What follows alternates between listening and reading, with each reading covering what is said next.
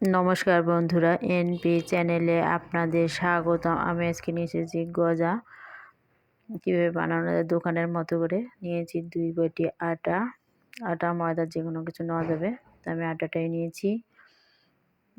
দিয়ে দিচ্ছি কালো জিরে,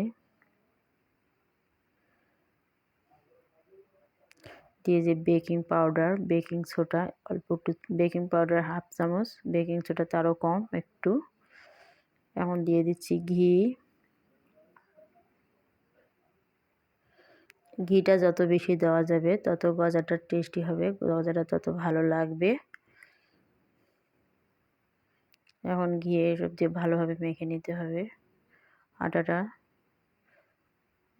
খুবই ভালোভাবে মেখে নিতে হবে। এই যে এরকম যেন দলা পাকে যায়, এই যে এরকম ভাঙা যাবে, এরকম করে নিতে হবে। এখন কুসুম গরম জল দিয়ে ডোটা তৈরি করে নেব। অল্প অল্প করে জল দিয়ে ডোটা তৈরি করে নিতে হবে। ডোটা বেশি শক্তও করা যাবে না, একদম নরমও করা যাবে না, একটু শক্তই করা লাগবে। মানে আমরা যেরকম লুচিতে করি, কিন্তু লুচির চেয়ে একটু শক্ত হবে ডোটা।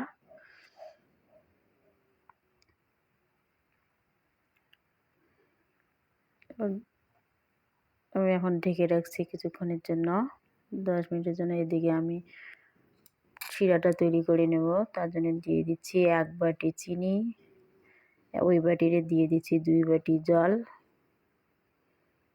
এদিকে আমি শিরাটা তৈরি করে নেব।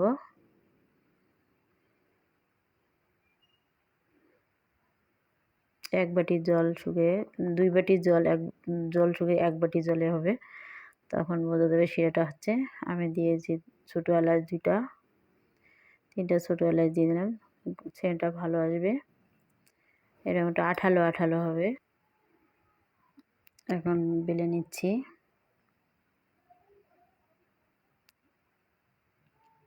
বেলে নেব।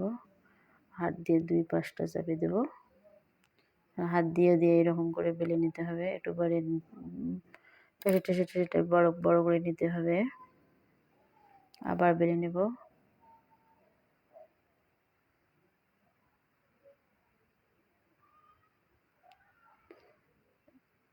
আমার বেলা শেষ। এখন আবার এটা কেটে নিয়েছি, কেটে নিয়ে আবার দুটোকে একসঙ্গে করব, করে যে মুড়িগুলোকে মুড়ে দেব।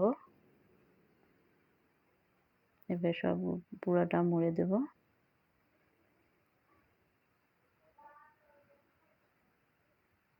আবার বেলে নেব।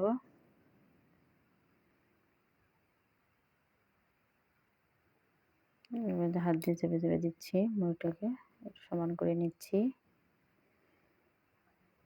আমি আবার এদিকটা কেটে নিলাম, এদিকটা লম্বা হয়েছে, এদিকটা কেটে নিয়ে আবার এদিকটা আবার দুটো একসঙ্গে জুড়ে দিচ্ছি। আবার মুড়িগুলোকে এইভাবে মুড়ে দেব। যতবার করা যাবে তত গজাটার ভিতরটা তত লেয়ার হবে, তত খেতে টেস্টি হবে, ভালো লাগবে। আবারও বেলে নিচ্ছি, এখন কেটে নিচ্ছি, গজার শেপ দিয়ে নেব। এখন এই দেখেন কতটা অনেক গজা হয়ে গেছে, ভিতরটা কত সুন্দর লেয়ার হয়ে গেছে। এখন কানেগুলো কেটে বাদ দেব, শেপ দিয়ে নিচ্ছি।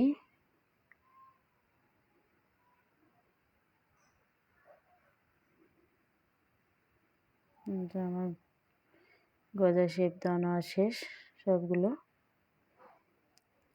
করে নিয়েছি। এদিকে কড়াইয়ে গরম তেল, এখন তেল একদম গরম করা যাবে না, খুব গরম, মানে একটু ছেড়ে দেওয়ার সাথে সাথে একটু বুদবুদ করে এরকম করে দিতে হবে। ওটা ভাজা হয়ে গেলে উপরে ভেসে উঠবে। আমি একটা একটা করে দিয়ে দিই, হালকা মিডিয়াম আছে দিতে হবে, নাহলে ভিতরটা থেকে যাবে, বাইরটা লালচে হবে। আমি ভেজে নিচ্ছি, লাল লাল করে ভেজে নেব। উল্টে পাল্টে ভেজে নিচ্ছি।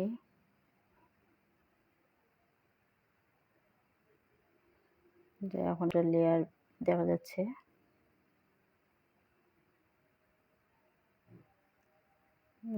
লাল লাল করে ভেজে নিচ্ছি, ভেজে নিলাম।